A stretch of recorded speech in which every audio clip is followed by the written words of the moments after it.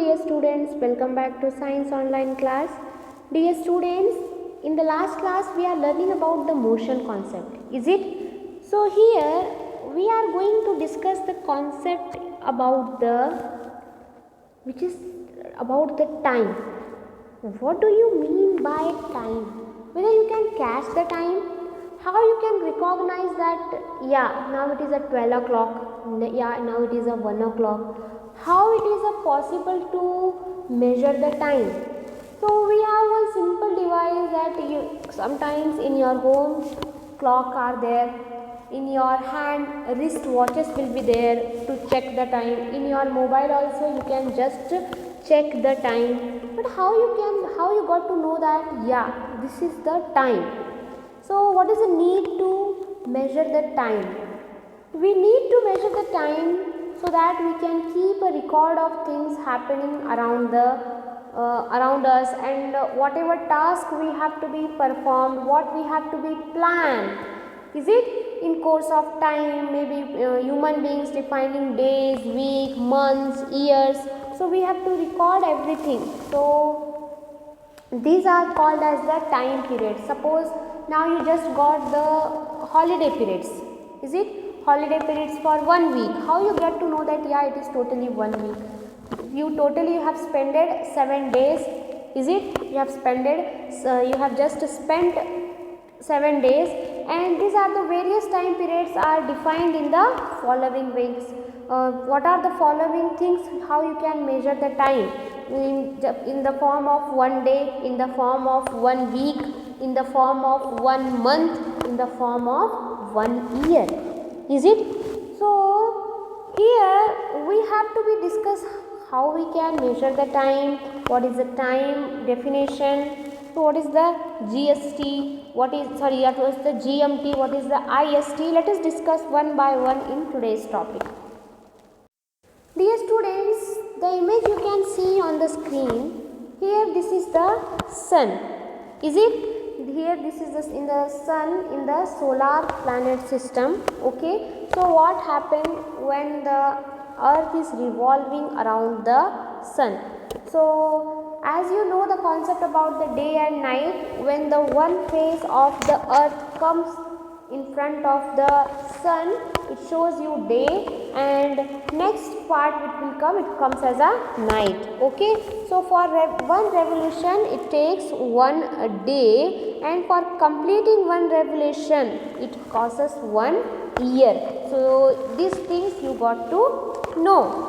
What happens about with the moon? So as you know that moon is the natural satellite of the earth. So within 15 days you get a half moon, full moon. Okay, so this is why, because moon is revolving around the earth, is it? And here we have some certain time periods which can be calculated based on the repetitive events. A day is based on the earth rotation about its axis. A month is based on the month's revolution. Is it 15 days we are just getting there, moon's revolution. And year, how you got to know that year is based on the earth revolution around the sun.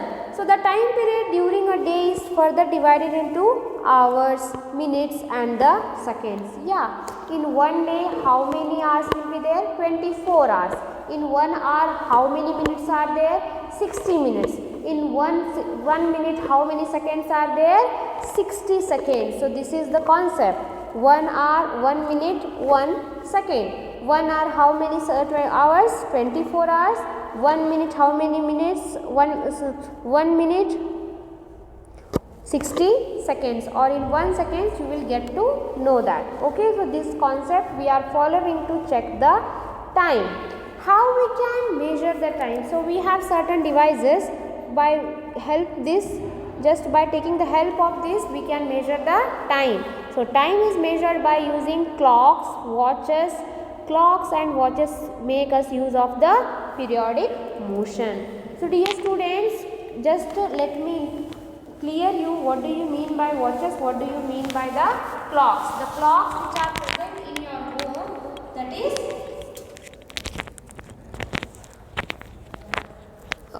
clocks, and whatever whatever watches you are wearing in your hand, or you can say wrist watches, it is called as the watches, not as a clock. So, do not get confused about these things. Okay.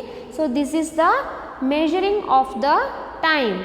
So, let us take a simple example about the simple pendulum. It is very helpful for taking one time period. Okay. So, with the help of this simple pendulum, we can calculate the time period.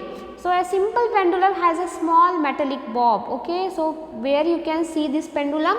You can see this pendulum in the clocks. You can just see here in the first image. So, this is nothing but the pendulum.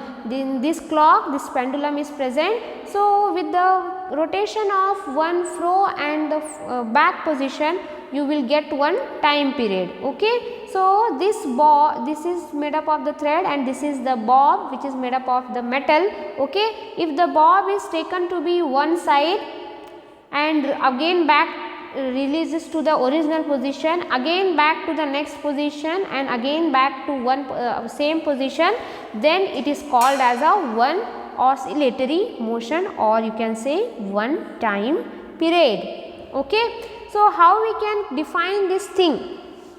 So, as I told, this is the mean position, extreme position A and B. Okay. When the bob moves from the mean position to the A position and comes again back to the mean, again go to the B position, again back to the mean position, then it is called as a one oscillation.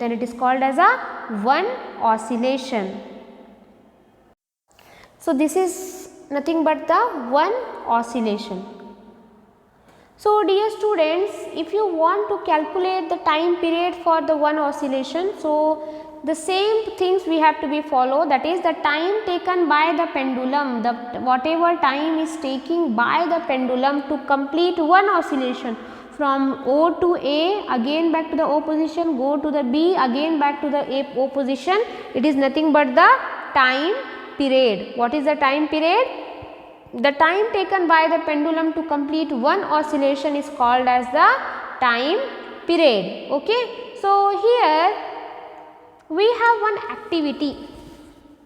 Okay, we have one activity to measure the time period in a with the help of simple pendulum.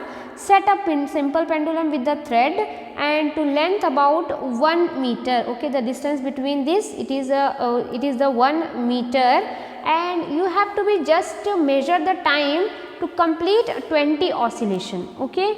So, time taken for 20 oscillation, you have to be just take the stop clock here. Okay. So, for 20 oscillation 1, 2, 3, 4, 5 continuously you have to be check for the 20 oscillation and you will get some time.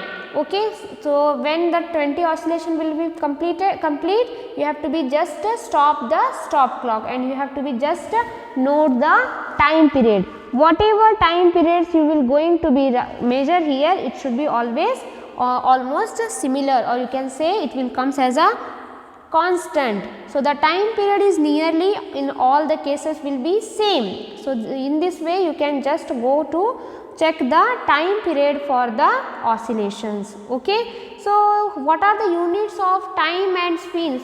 So, basic unit of time is the seconds. Yes, we are using the basic unit of to measure the time, that is the second, and the larger units of minutes and the hours. Okay. So, in the hours or the minutes also you can just measure the time, and if you want to calculate the speed, so it is the meter per second and kilometer per hour.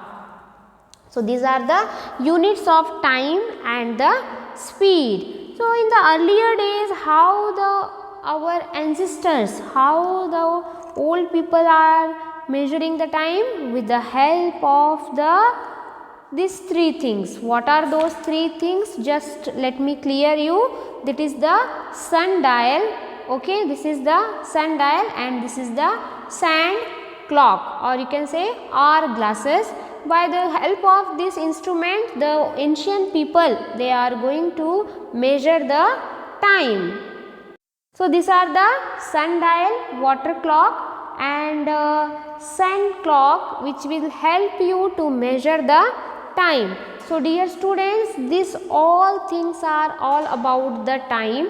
In the next class we are going to discuss the important problem part of the time and the speed. Okay, so dear students, let's till that time just go with the things. We will going to meet in the next class. Have a good day. Bye bye.